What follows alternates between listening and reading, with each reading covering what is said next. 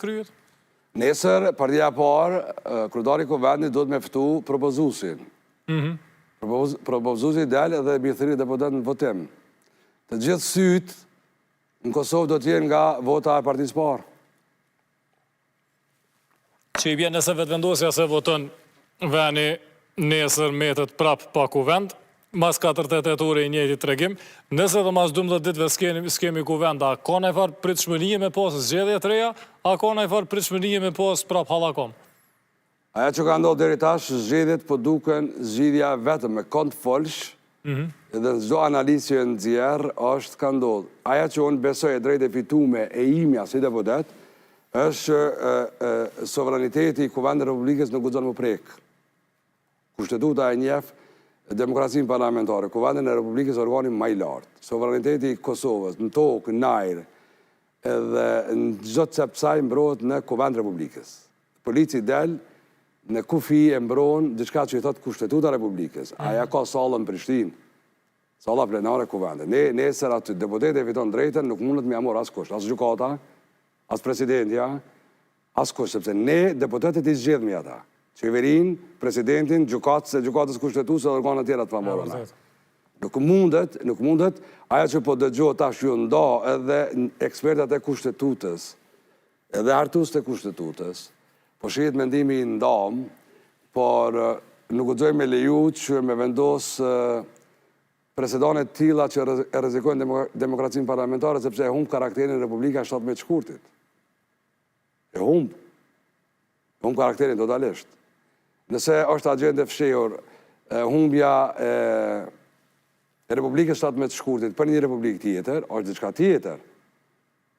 Por aja që sot mundon Kosovë është gardiant për e mbrojnë Republikën e 17 shkurtit, edhe të tjerët po mundojnë me rënu Republikën e 17 shkurtit.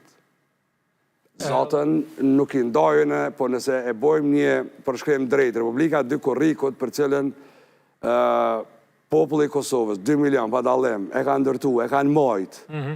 E kanë majt se Republikë të vetën edhe e kanë njoft, edhe para 17 shkurtit, është themelet Republikës, edhe 17 shkurti është ka ecë Kosova me zgjuarësi politike, me pragmatizëm, me bashkëpunim, dhe ka maksimalizu kërkesat e veta. Nuk ndahen këto dy Republika. Nuk ndahen. Koha i ndahen në mënyrën se ne kemi ndërtu Republikën. Por nëse agenda e fshehur thot që Republika e tretë duhet mbi këto Republika, mund ndërtu edhe me ndërtu një sistem tjetër. Është fshehur për Republikën e tretë, kryeministri, gjithsesi kryetari vetëvendosjes, është ka flet publikisht, është ka thënë edhe çu duhet mu dok.